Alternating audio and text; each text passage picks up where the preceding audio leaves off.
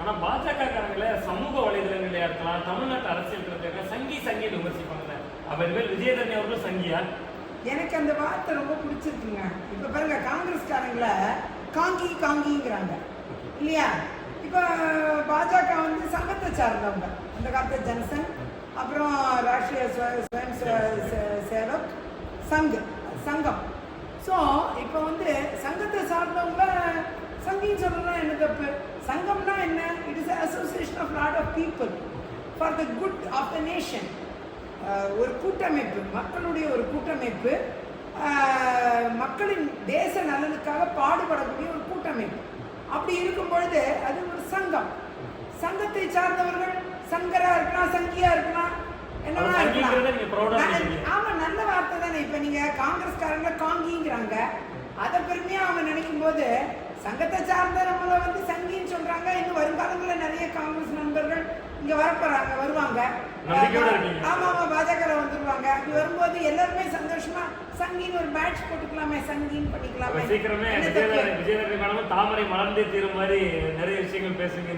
நிச்சயமா, அதாவது தாமரை மலர்ந்தே தீரும்னு அன்னைக்கு அக்கா சகோதரி ரமேஷ் அவங்க எப்பயுமே சொல்லியிருக்காங்க. இன்னைக்கு படிப்படியா மலர்ந்துட்டே இருக்கிறத பாக்குறீங்களே. எல்லாம் அப்படியே ஸ்டெப் பை ஸ்டெப் அந்த மலர்வு நடந்துகிட்டு இருக்குல்ல. அது மாதிரி இந்த விஷயங்களும் வந்து நடக்கக்கூடிய விஷயங்கள் தான். நம்ம ஏற்புடைய தன்மை தான் அதில் வேணும். ஸ்திரமா நாட்டுடைய வளர்ச்சியை வந்து கருத்தில் கொண்டு உறுதிப்பாட்டோட விஷயங்களை சாதிக்கும் பொழுது நமக்கு என்ன பேர் வச்சாலும் அந்த பேரே நம்மை பெருமைப்படுத்தும். அந்த பேரே சங்கிங்கிற பேரே நம்மளை பெருமைப்படுத்தும். இன்னும் வருங்காலங்கள்ல அது சொல்வதன் மூலமா பெருமைப்படும்.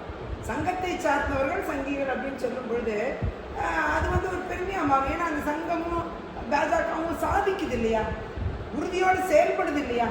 அப்போ நேச்சுரலா வந்து அது ஒரு பெருமைப்படுற பேரா மாறிடும். மக்கள் மத்தியில் ஏற்புடைய தன்மை உள்ள பேரா மாறும். விமர்சனங்கள் தான் நல்ல பேரா மாறும் பிற்காலங்கள்ல. சரிங்களா? அதனால ஒரு காலத்துல திராவிட கட்சிகளை கூட திராவிட கட்சின்னு சொல்லி விமர்சனம் பண்ணியிருக்காங்க. அது விமர்சன பேராக தான் இருந்தது முன்னாடிலாம் அந்த காலத்தில். ஆனால் அந்த பிகினிங் நான் சொல்றது கிட்டத்தட்ட ஆரம்ப 50 ஆண்டு காலத்துக்கு முன்னாடி பெரியார் அவர் காலத்தில் அது ஒரு விமர்சன பேராக இருந்தது. பெரியாருக்கு எதிரான ஒரு விமர்சனமாக இருந்தது.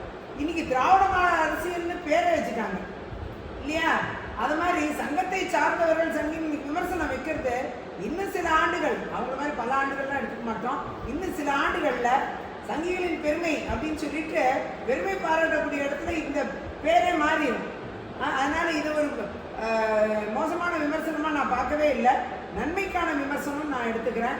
இன்னும் கொஞ்ச நாள் கழிச்சு இது எல்லாருக்கும் இது நன்மையை செஞ்சு